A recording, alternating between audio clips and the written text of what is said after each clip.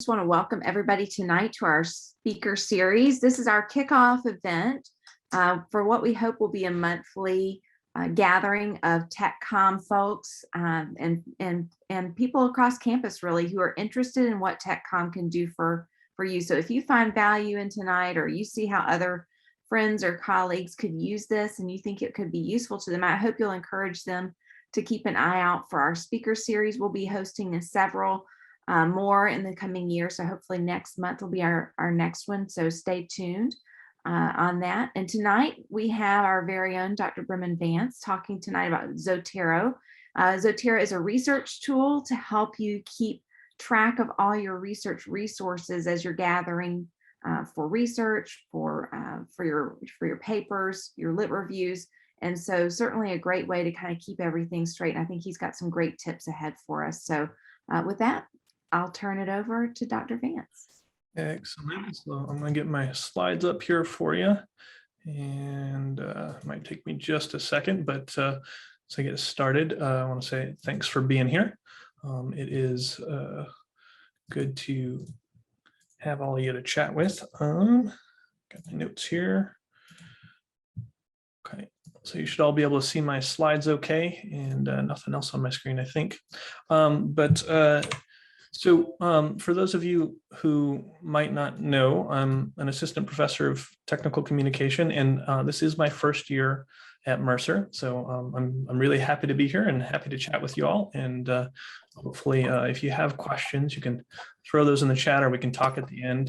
That'll be fine too. I will try and keep an eye on the chat. It'll be okay if they don't recommend. No promises that I'll notice it while I'm going through things here.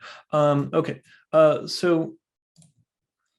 In brief, I'm gonna talk to you a little bit about what my goals are here. I want to convince everyone here of the potential and value of Zotero. I've had conversations with people in the past about Zotero in kind of passing, and sometimes people express interest, but I'm not sure in a short conversation that I can do an excellent job of convincing you. So we have about 20 minutes or so, and by the end, my goal is for you to understand what Zotero is, but more importantly, understand why it's valuable and worth your time. I want to be clear about a few things. First, I'm going to explain how, in my view, Zotero can help you become a better researcher and writer. And I also want to point out that research happens in places other than our formal papers and in peer-reviewed articles or academic presentations. We use research all over the place, and I think Zotero is useful in more than one context. So I want us to think about that as we go forward. I've used Zotero as a student, as a researcher, as a professor. I've used it to win arguments over email from time to time. There's lots of reasons why we want to be able to point to resources that we know in a kind of quick and handy way. So anytime you need to pull together a list of impressive and useful sources, it's a time for a tool like Zotero. And the real trick, though, there's a problem that we're going to have to address, is the process of getting started with a system like Zotero, a citation management system, is it's kind of difficult to see how everything fits together and integrates into the way you think about research. So I'm going to talk to you a little bit about that. A few people I know who take it up, they give up after a very short time because the value might not be clear right away. And so again, my goal is to help you understand that, and so you can take it on if you'd like. I've been teaching and thinking about writing and stuff for a long time, so I see things like this come up from time to time. That's a sentiment that I see expressed. My favorite part of the writing process is cleaning the apartment. We get distracted when we write, and it's really easy, especially when you're doing research, when you're jumping from application to application or whatever the case is, to get distracted and kind of want to veer off and do something productive that's easier to kind of get your head around. So especially, like I said, when we're jumping from window to window, application to application, page to page, it can get really difficult to maintain that focus sometimes. I also see this sentiment quite often expressed a little bit in a humorous way again. Kids these days, they're downloading PDFs of journal articles and never reading them. In my day, we had to photocopy journal articles and never read them. And the idea here being that a lot of researchers, a lot of people who engage in research, they feel like they don't actually use the things that they're finding. They might find good resources, they might save those resources, but then they never go back and look at them.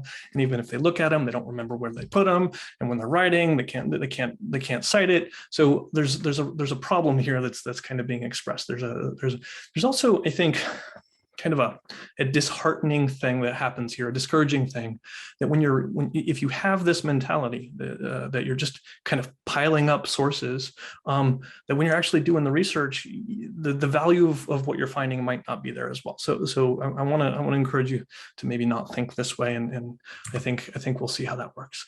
Because really, if you start just piling things up on your computer, you have sources here, you have sources there, they're in your downloads folder, they're in your project folder, they're on your desktop, they're in your email, wherever. You can get kind of a knot of things that you've accumulated, and we need ways to kind of look through them. So I think if you need ways to reduce the distractions in your writing process, if you need ways to organize your research, just so you can actually use it and get value out of it, then Zotero can help. I'm going to explain how using Zotero can make it easier to collect, to organize, to pull your research into your writing process, and the efficiency of using citation management systems like Zotero. It's interesting and valuable enough on its own. I'm also going to suggest that there are other benefits as we go. A few of the benefits to Zotero, I'm going to pitch you right now. A few of those are as follows. Zotero can save you time and attention, making you a better writer. Zotero reduces the time you spend adding, checking, and fixing your citations. Zotero can help you access your research from any computer or device, so you don't get locked into just using one computer. I work on a desktop at home. I work on a laptop that I take with me from time to time. I've worked on tablets. I work on my office computer. I work on a lot of different devices, and it's really nice to know that I have the same resources no matter where I go. Zotero can be integrated with the writing tools you already know and prefer. So you don't have to, switch it out for specific writing programs. You can use the ones you already know and prefer. Zotero, again, makes it easier at every stage of the writing process to use your resources in your research. Hopefully you're getting the idea that there are a few benefits. At least I think there is. And so the question that I think you might have, and I certainly have, is why doesn't everybody use Zotero or some citation management system that works like Zotero? And I think there's some realistic challenges to getting it to work the way I'm explaining. Like this is the value out of it, but there's some complexity. There's a learning curve that we need to talk about. Getting set up takes a little bit of time, and also getting the most out of it requires some maintenance and some persistence. But that maintenance and persistence, I believe, is much lower than the effort that we actually use when we're writing if we don't have a system like it in place.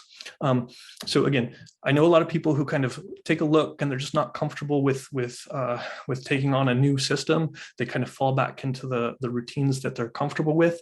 But if you take the time to really integrate Zotero and its various tools and resources, you can get a lot of value out of it in the long run.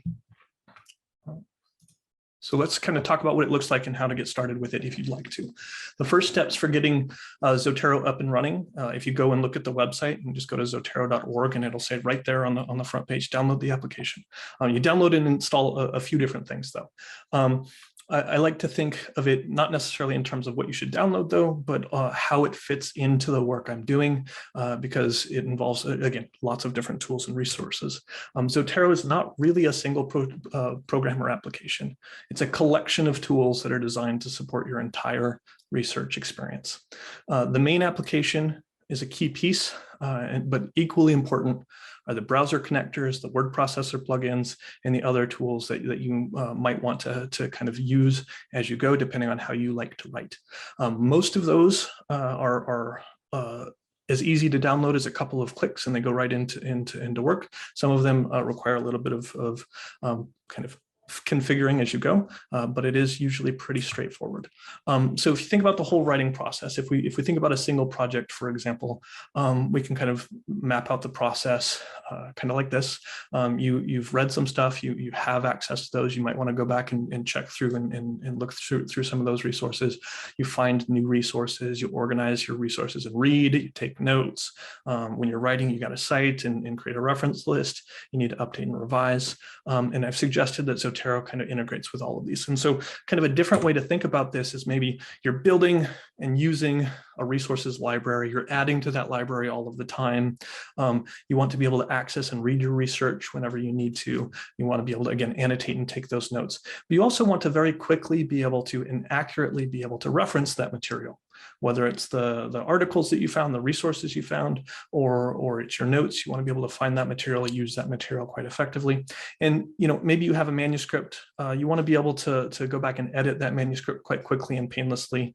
Maybe you have to change the style. So if you've written in one style, maybe you've written in APA, and all of a sudden you're told you have to change the style. That can be a very painful kind of process, but Zotero makes it quite easy, with a couple of clicks, you can fix that up right away. So the application itself, downloading that's a good place to start.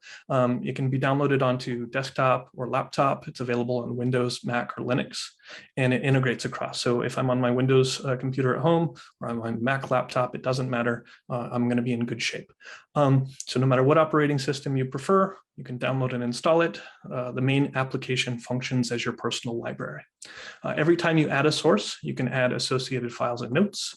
And whenever you go back into Zotero, you can easily find your resources that you've saved and associated with each entry. It functions as a kind of database. So all of your research gets collected there. And so what that means is over time, you're curating your own research library. Instead of starting with the university library database or Google Scholar or wherever, you can start with your own Zotero library where you have already found and collected things that are of interest to you. When you add an item, you can fill the appropriate information about the publication. So you have all the citation information associated with the item. You can also add in notes. You can add in additional files and so on. You can relate those files to, or those entries to other entries. So you can kind of have collections. You can have folders to organize in your projects and so on. But the value of your personal library grows the more you use the application, because you're continuing to kind of grow and have a more deep set of resources that are relevant to you and your interests and the things you like to investigate. Recently, Zotero added a native PDF editor directly into their application. It's possible to view and annotate your PDFs and comment directly on them within Zotero without ever having to open another program. And this feature is still in beta, so if you want to get it, you have to sign up for it. It's just, you go in, you fill in your email, they'll send you some information about how to get it set up. It took about 3 minutes to get into the beta. But it allows you, again, to kind of just stay within that one application and take your notes there. It has a system that allows you to take like those notes on your PDF and turn them into text in a notes bar that you can pull out and add directly into your writing. And there's a lot of other kind of embedded features in the way it works that makes it really useful. This PDF editor also came out at the same time as the iOS application that they're using now. So your application on your desktop and your iPad or your iPhone would look quite similar. Of course, you don't have to use the native PDF editor. You can open up your PDFs in whatever program you prefer. So if you want to use your Adobe program or whichever program you prefer, you can do that as well. But it is a nice new feature. Adding items to your Zotero library is incredibly easy. You can drag and drop items. So if you've downloaded a PDF, you just drag it into your application, and Zotero will add the file, and it can look for the metadata. It will look for information about the publication, and if it finds it, it will generate all that information for you. Or you can use the browser plugin, which, if you have Chrome or Firefox or Safari, you just install a plugin for whichever browser you prefer. And it adds a little button in the top right corner, as you can see on here, that will it'll pull the citation information and the file and stick it directly into your library. So if you're on the university databases and you're going through and doing research, every time you find something that you want to keep, you just push that button and then you can keep researching. And when you go back to your Zotero application, all those resources will be saved for you. One last thing about getting things set up and kind of getting them working is the process of synchronizing your library. Zotero allows you to synchronize your library using a free account. You just enter your email account into the Zotero.org website, and it'll set you up an account. And then you need to choose some way to store your information that will allow it to sync. So they offer a 300 megabyte free account, free storage, and then they have a few paid plans if you would like to use Zotero's servers to store your files. I recently decided I'm paying them $20 a year for a 2 gigabyte plan, which is enough space for what I have right now. But you can also set up cloud storage through any of the other services that you like. So if you like Dropbox or Google Drive or OneDrive or Box, it's possible to store your files there and synchronize them across your devices as well. So you don't have to use Zotero's cloud service if you don't want to. All right. So when we're writing and kind of putting these resources to work, it's again, extremely easy. Zotero is designed to make it as seamless as possible to go from adding and collecting and reading your resources as to using them in your projects. And so you can select your style. The common styles that you're likely to be using come by default in the application. And so they're just saved as files that Zotero references, and the rules for each style are built in. But if you are using a style, or if you're writing for a publication that uses a style that's a little more obscure or maybe out of date, maybe instead of using the most current APA edition, maybe they're using an older edition, you can go to the Zotero style repository. They have 10,000 styles available. You just download the style sheet and install it into the application, and then you'll be up and running. And so it will automatically format your citations, your in-text citations, your reference page, and it will follow the rules that are built into these style guides. And again, the most common styles come with the application, but you can find more than 10,000. I just looked the other day, more than 10,000 styles. So if you want to create a reference page, it's again, a drag and drop is super easy. You just highlight a collection of your items in your Zotero library and drop them into a Word document or an email or wherever you want to put that, and it will format those appropriately, following whatever style guide or style preferences you have in the application or in your document. And again, you just drag and drop. That's one of the ways that you can do it. I said earlier that I've used this for emails. It's again, not too difficult to go in here, pull out 2 or 3 citations, copy them into an email and say, here's what I've read that's relevant to this conversation. You can go take a look. Adding citations in the body of your text functions kind of similarly.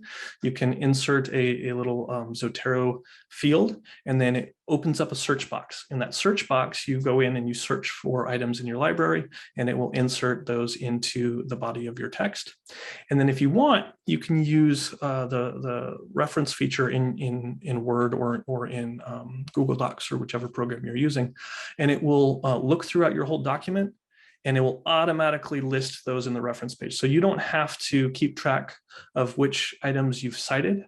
It will automatically do that and update the reference page for you, which works quite well. And I'll show that to you here for just a moment. If you let me stop here, and I'll pull up a Word doc and show you how that works.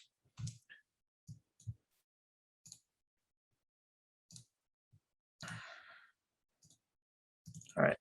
So you should be able to see my Word document here.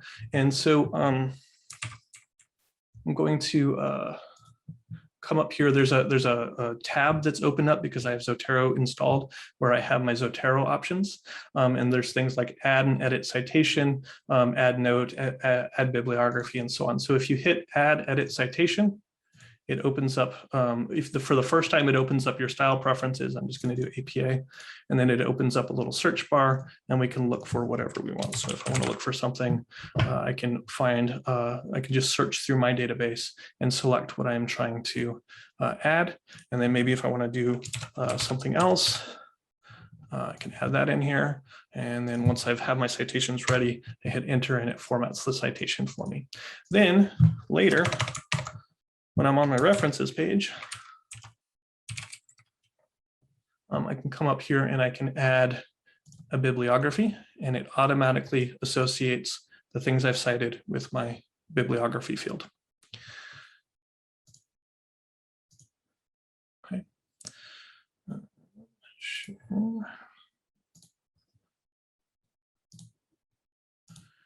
All right. There's a kind of additional secret to this that I'm going to share that I think is really important. Getting comfortable with writing and using the Zotero citation system. I think using the keyboard shortcuts makes it much more seamless.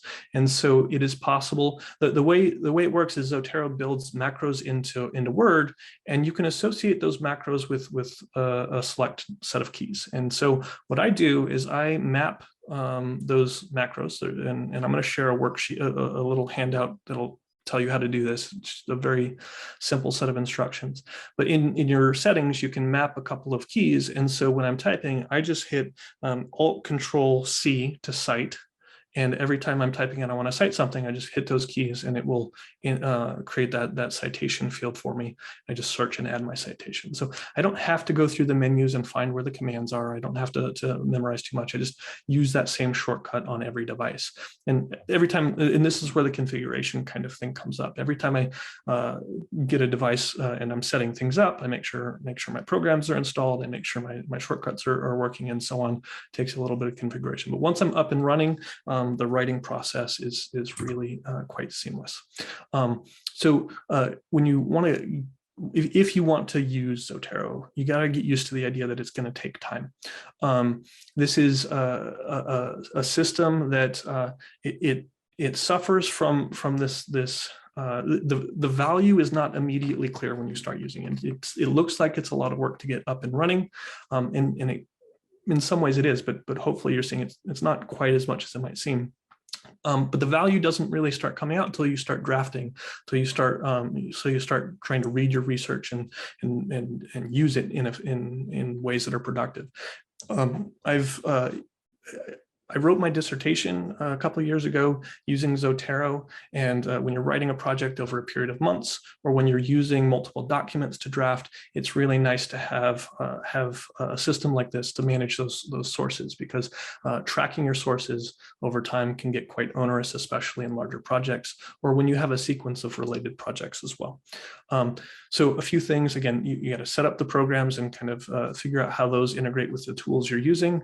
It front loads the work of source management, so you're not going to be waiting to the last minute to make your references page. If you've entered that information up front, which takes a little extra time in the front end when you're doing your research, then it saves you a lot of time in the back end.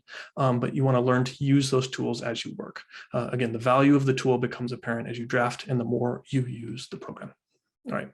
So I set off to convince everybody that there's a lot of value in the system and kind of give you an overview.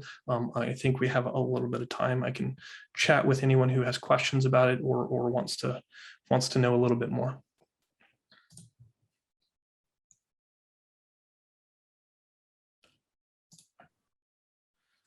Dr. Vance, that was really good and helpful. I liked how we got to see some of the program in action. So thank you for sharing that. I have two questions. The first would be, where are the files stored when you save them to your database? And I think you kind of answered that when you talked about you bought 20 or 2 gigs from Zotero. I think you're saying that it's actually on an external server, but I wanted to be sure because you are dealing with those PDFs and you're using different devices. And the second question is, when you add the notations, are the personalized notations then globally searchable so that you can go in and say, I know I noted it somewhere, but I can't remember which document it was in, and you could search those notations for your personal comments? These are great questions. So the files that you save, it depends on how you've set up your storage system. It may be that if you're working on one computer, they're just saved locally. You don't need to sync them to the cloud. So unless you set up Zotero cloud storage, your files don't go through Zotero at all. If you set up something like OneDrive or Box to run your files, then you sync it through OneDrive and Box, and that's how it works.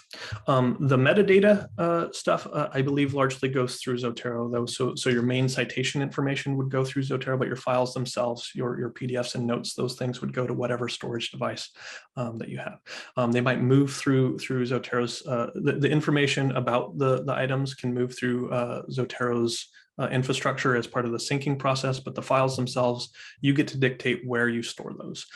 So I think that's really important.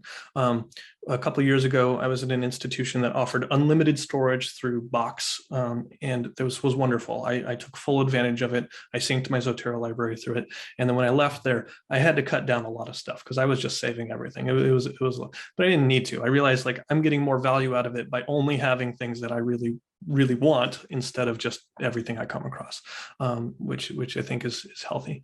And then your other question, I'm sorry, I forgot the second question. I wanted to know if the personalized notations were searchable globally.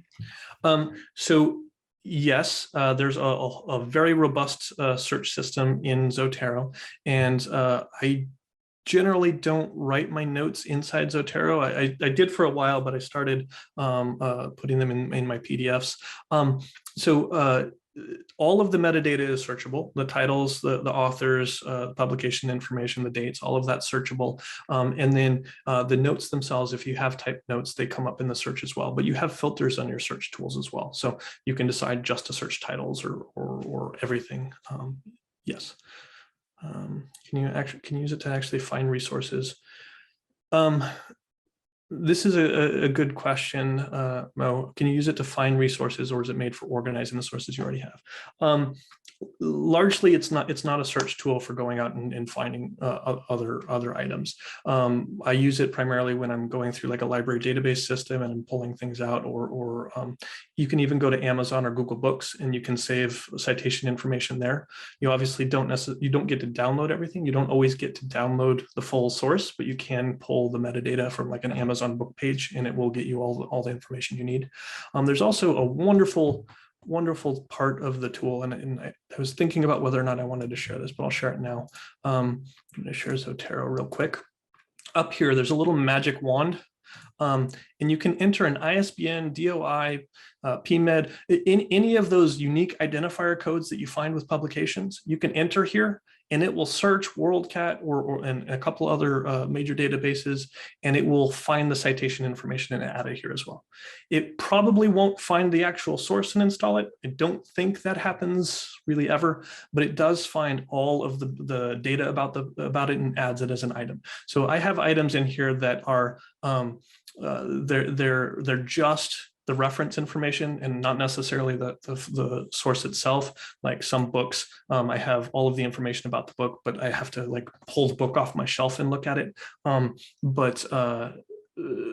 There's a lot of different ways to input information in the system. Other questions? Can someone outside search what you have in your database and see? Okay, so if you allow them to, yes, you have privacy settings on the Zotero website. You can make your library public. You can make portions of your library public. You can also set up collaborative or group libraries where more than one user has access to all of the information. It's really good for collaboration. So if you're working on a large team project, you add everybody to a group library. Everybody in that group can add and find resources in that library, but it doesn't have to be public. It can be private to people who have access. Yes. Other questions? We're at 6:30, which is how long we scheduled this for, but I'm happy to stick around and answer more questions and chat about this with anybody who's interested. I just want to thank Dr. Vance for sharing this with us. I think this is a great, manageable piece of information, and it's very useful for a lot of you who are writing papers, doing a lot of reports or even research. Some of you are doing some undergraduate research this semester or next semester. So this is a great way for you to start building your database specifically around your area of interest or field of practice. So this could even pay off long-term as you build your career. So do consider going to Zotero.org and downloading the app and the associated plugins. I know that you'll find great value in that as well. I want to thank each one of you for coming and also remind you a couple of quick announcements. It is advising season at Mercer, and so we know that each one of you are wanting to get in with your advisors and look ahead to classes for the spring and summer of 2022. So I want to just encourage you to check out the offerings that we have in the Tech Comm department and remind you that we offer a minor in both the undergrad and graduate programs. So you can talk to Dr. Brewer if you have questions about undergraduate opportunities, and you can talk to me about graduate opportunities for minors. Typically, these are just a handful of courses and some courses that you may already be taking.